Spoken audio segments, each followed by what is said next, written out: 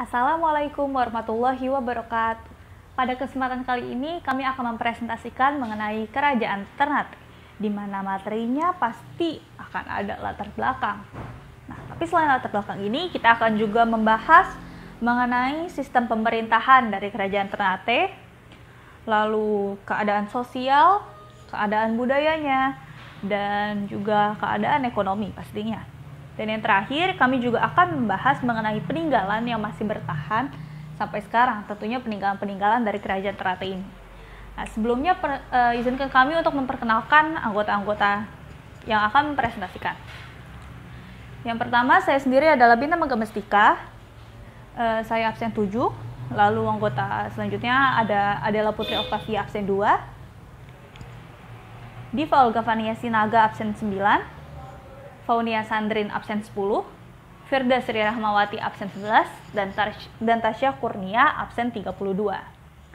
Kami berasal dari kelas 11 IPS 2 SMAN 65 Jakarta.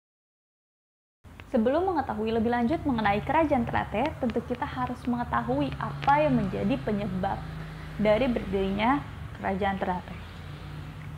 Langsung aja kita mulai. Jadi di sini saya akan menjelaskan latar belakang dari berdirinya kerajaan Ternate. Jadi Ternate ini awalnya bernama Pulau Gapi. Pulau Gapi ini berdiri pada abad ke-13, di mana ibu kotanya terletak di Sampalu. Penduduk Ternate awalnya merupakan warga yang berasal dari Halmahera.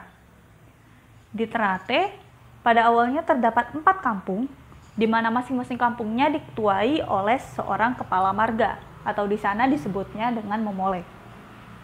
Para Momole ini adalah orang yang pertama-tama mengadakan hubungan dengan para pedagang yang datang dari segala penjuru, di mana tujuannya adalah untuk mencari rempah-rempah.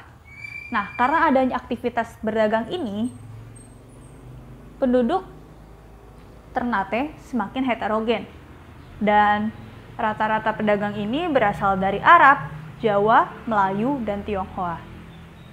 Oleh karena aktivitas perdagangannya semakin ramai, ditambah dengan adanya ancaman dari para perompak yang kian hari semakin banyak, maka atas para perkasa Momole, mereka itu bermusyawarah untuk membentuk suatu organisasi yang lebih kuat daripada perkampungan ini, di mana organisasinya ini akan mengangkat seseorang pemimpin. Jadi hanya satu aja, benar-benar pemimpin tunggal buat menjadi raja dari organisasi. Tahun 1257, Momole Ciko, pemimpin Sampalu, terpilih dan diangkat sebagai Kolano atau raja pertama dengan gelar Baab Masyhur Malamo.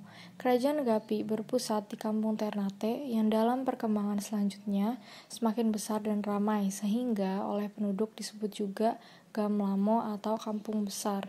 Belakangan orang menyebut Gamlamo dengan Gamalama. Semakin besar dan populer kota Ternate sehingga orang lebih suka mengatakan kerajaan Ternate daripada kerajaan Gapi. Di bawah pimpinan beberapa generasi penguasa berikutnya, Ternate berkembang dari sebuah kerajaan yang hanya berwilayahkan sebuah pulau kecil menjadi kerajaan yang berpengaruh dan terbesar di bagian timur Indonesia, khususnya Maluku. Sistem pemerintahan. Sistem pemerintahan pada kerajaan Ternate adalah kesultanan. Maka dari itu, sultan di sini memiliki kekuasaan yang penuh. Ada beberapa pejabat kerajaan yang membantu sultan dalam memegang kekuasaan di Ternate. Awalnya bermula dari Sultan Zainal Abidin yang masuk Islam, kemudian mengubah sebutan raja menjadi sultan. Kemudian Sultan Zainal Abidin juga mengangkat beberapa jogugu, yaitu sebutan untuk Perdana Menteri, dan beberapa falaraha, yaitu penasihat kerajaan. Dalam pemerintahan, Kesultanan Ternate dikenal dengan adanya lembaga eksekutif dan lembaga legislatif. Lembaga eksekutif di sini disebut dengan Bobato Madopolo yang beranggotakan dari 1. Jogugu, yaitu Mangkubumi atau Perdana Menteri, 2. Kapita Perang, yaitu Menteri Pertahanan dan Keamanan, 3. Kapita Laut, yaitu Laksamana Angkatan Laut Kesultanan, 4.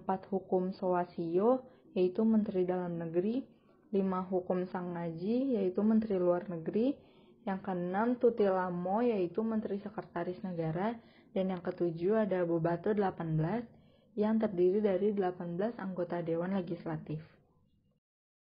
Kehidupan ekonomi. Kehidupan rakyat Maluku yang utama adalah pertanian dan perdagangan. Tanah di Kepulauan Maluku sangat subur dengan hasil utamanya cengkeh dan pala. Rempah-rempah tersebut banyak diperlukan di negara Eropa karena rempah-rempah tersebut diperlukan untuk ramuan obat-obatan dan bumbu masak karena mengandung bahan pemanas. Oleh karena itu, rempah-rempah banyak diperlukan di daerah dingin seperti Eropa. Dengan hasil rempah-rempahnya, maka aktivitas pertanian dan perdagangan rakyat Maluku maju dengan pesat. Sosial budaya Kerajaan Ternate. Kedatangan Portugis di Maluku tidak hanya untuk berdagang dan mendapatkan rempah-rempah, tetapi Portugis juga menyebarkan agama Katolik. Pada tahun 1534, misionaris Katolik Franciscus Xaverius telah berhasil menyebarkan agama Katolik di Halmahera, Ternate, dan Ambon. Telah kita ketahui bahwa sebelumnya di Maluku telah berkembang agama Islam. Dengan demikian, kehidupan agama telah mewarnai kehidupan sosial masyarakat Maluku. Lalu, aktivitas rakyat Maluku banyak tercurah pada perekonomian, sehingga sedikit menghasilkan budaya. Salah satu karya seni bangun yang terkenal ialah Istana Sultan Ternate dan Masjid kuno di Ternate. Nah, sekarang masuk ke submateri yang terakhir, yaitu peninggalan dan pengaruh kerajaan Islam Ternate yang masih bertahan sampai sekarang. Pengaruh yang hingga kini masih terlihat menonjol adalah kebijakan untuk para kaum lelaki dan perempuan untuk memakai pakaian Islami.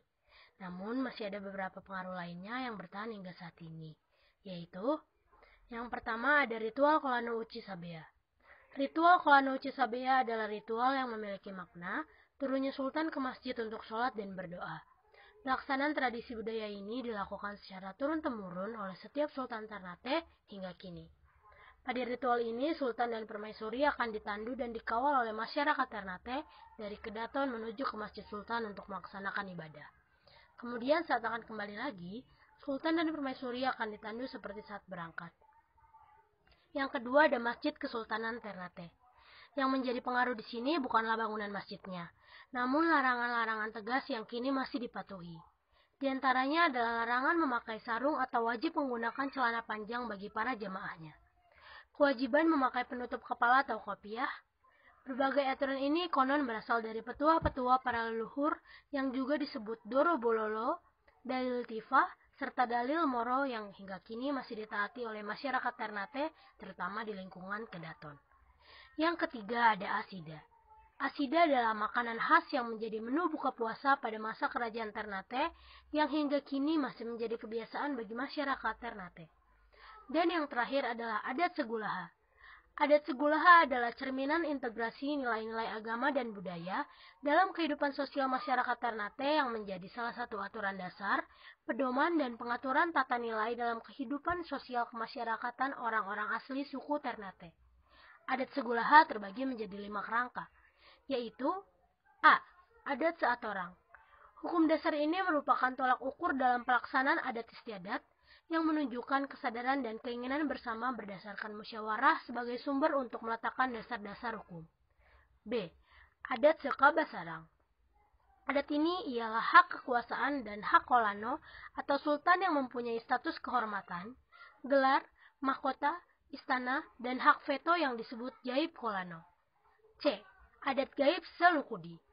Hak asal-usul dan hak asasi atau hak dan kedudukan soa atau marga menurut asal-usulnya, yakni kesamaan dan kesetaraan dalam pemenuhan hak dan kewajiban seseorang sesuai status sosial, baik sebagai pemimpin pegawai kerajaan maupun masyarakat biasa.